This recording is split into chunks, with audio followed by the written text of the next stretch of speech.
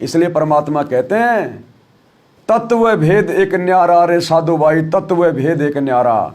एक होता तत्व ज्ञान जो हमें गुरु ने दे दिया। अब गुरु के उस तत्व ज्ञान को आधार बनाकर परीक्षा के समय में निर्णय करना, उसको कहते हैं तत्व भेद। तत्व भेद एक न्यारा रे साधु भाई, तत्व भेद एक न्यारा। और समझेगा कोई गुरुमुख प्यारा।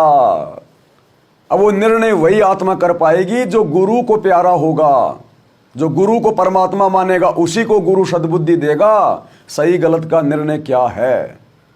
बाकी देख लो ये लाखों की संगत इन आश्रमों में, इनकी आंखों के सामने इनके दान धर्म का दुरुपयोग हो रहा है, इनकी मर्यादा तोड़वाई जा रही है।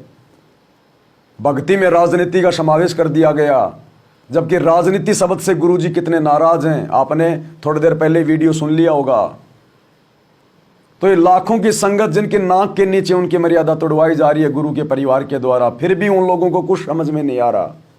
तो ये परमात्मा की विशेष आत्मा नहीं है। विशेष आत्माओं को परमात्मा ने साध संगति से जोड़ दिया, साइड में लाके खड़ा कर दिया। इसलिए भाइयों और बहनों, परमात्मा वर्तमान में हम सब की परीक्षा के लिए, अपने मिशन को गति देने के लिए, और इस मिशन में आगे चल के जो सबसे ज्यादा गंदगी फैलनी थी, जो सबसे ज्यादा रोड़ा था, वो गुरु का परिवार था। गुरु के बेटा बेटी, भाई बंधु, रिश्तेदार, ये कोऑर्डिनेटर। तो परमात्मा ने इस गंदगी को अपने बच्चों के माध्यम से साफ करवाना था। और आज परमात्मा की संगत ही इस गंदगी को पहचान के इनसे दूर हो रही है। हम सत्सेवक इन आश्रमों में नहीं जाते अपने गुरुजी की गैर हाजिरी में। हम गुरुजी के बेटा बेटी, भाई बंधु, रिश्तेदार, इन कोऑर्डिनेटरों के किसी भी ऐसे आदेश को फॉलो नहीं करते जो आदेश हमारे गुरुजी के ज्ञान के विरुद्ध हो। हम अपने गुरुजी के ज्ञान को बीच में रख के निर्णय करते हैं।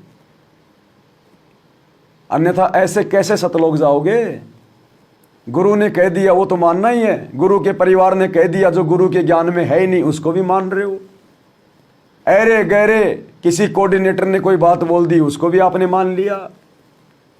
गुरु ने कहा कि बेटा तेरे को उत्तर दिशा में नहीं जाना, और गुरु के परिवार ने कह दिया गुरु का आदेश है जाना है, उस बात को तुमने मान लिया। कैसे सतलोक जाएंगे। त्रिकुटी पे पहुंचना भी महाभारत है ऐसे भक्तों के लिए। त्रिकुटी पे पहुंचना भी, ये ज्ञान 30 साल से सतगुरु ने इतना संघर्ष करके क्यों दिया। सिर्फ इसी बात की परख करवाने के लिए कि जब तुम मुझे नहीं पहचान रहे, जब तुम मेरे सत्संगों को आधार बना के भक्ति नहीं कर रहे, जिन बुराइयों को ना करने के लिए मैंने तुम्हें नियम बताए, सत्संगों में बातें बताई, तुम उन बातों पे ध्यान नहीं दे रहे, अपने गुरु के वचन को तोड़ के काम कर रहे हो, देखा देखी में चल रहे हो, तो बताओ तुम कैसे सतलोक जाओगे। अगर मैं तुम्हें सतलोक ले भी गया तो तुम वहां पर यही गंदगी फैलाओगे, यही गंदी राजनीति तुम वहां करोगे, तो तुम कैसे सतलोक में जा पाओगे। तो ये हमारी परख हो रही है।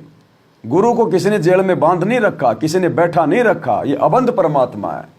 गरीब ऐसा सतगुरु हम मिला बेपरवाह अबंध, ये अबंध है, इसको कोई बांध नहीं सकता। ये खुद जानबूझ के बंधा हुआ है आप और हमारी परीक्षा के लिए। और जिस दिन ये परीक्षा का समय समाप्त हो जाएगा उस दिन देखना ये राजनेता परमात्मा को अपने कंधों पे बैठा के लाएंगे, अपने कंधों पे, क्योंकि परिस्थितियां इस कदर बिगड़ जाएंगी आने वाले कुछ ही वर्षों में। ये युग परिवर्तन का दौर चल रहा है, मुट्ठी भर समय भी नहीं है। 2028 युग परिवर्तन का समय है। उसके आगे पीछे क्या क्या हो जाएगा आप लोगों की समझ से बाहर है। और जो भगत भाई बहन आज इन आश्रमों में जा रहे हैं लड्डू जलेबी बर्फी के चक्कर में, गुरुजी के परिवार और कोऑर्डिनेटरों के कहने पर आंख बंद करके जो कुकर्म कर रहे हैं, आने वाले समय में युग परिवर्तन के दौर में वो भाई बहन भक्ति पे टिक नहीं पाएंगे। क्योंकि उस समय टिकने के लिए तो मर्यादा चाहिए, सतगुरु पे विश्वास चाहिए, भक्ति की शक्ति चाहिए, और वो तुम्हारे पास नहीं है।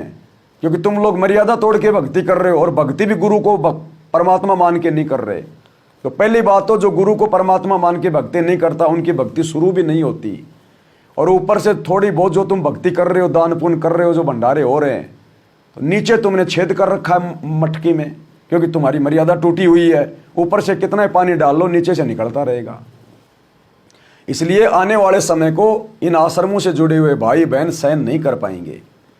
और ये उस समय भक्ति छोड़ देंगे, काल के आगे घुटने टेक देंगे, मन में 100 प्रकार के दोष पैदा कर लेंगे, क्योंकि ये विश्वास नहीं कर पाएंगे। विश्वास बनता है भक्ति से, और परमात्मा कहते हैं कहे कबीर सुनो वैसाधो मैं तो हूं विश्वास में। इसलिए भाई और बहनों, आप और हमारा सौभाग्य सत्सेवकों का, जो सतगुरु रामपाल जी भगवान ने हमारे ऊपर इतनी बड़ी दया बख्शी, मेहर बख्शी, परमात्मा ने हमारा ज्ञान योग खोला, हमें परमात्मा ने सूक्ष्म ज्ञान और सूक्ष्म ध्यान दिया। इसलिए दास कहता है कि चाहे तो ये परमात्मा 1 सेकंड में सभी में प्रेरणा करके अपने से जोड़ ले पूरी सृष्टि को, लेकिन फिर भी ये परमात्मा ऐसा क्यों नहीं कर रहा? ये केवल उन्हीं आत्माओं को अपनी शरण में ले रहा है, उन्हीं आत्माओं में प्रेरणा कर रहा है जो अधिकारी हैं सतलोक की भक्ति की। तो आप और हमारा सौभाग्य सत्सेवक भाई बहनों का, जो परमात्मा ने हमें अपनी शरण में ले लिया और यहां तक परमात्मा हमें सकुशल लेकर आ गए हैं।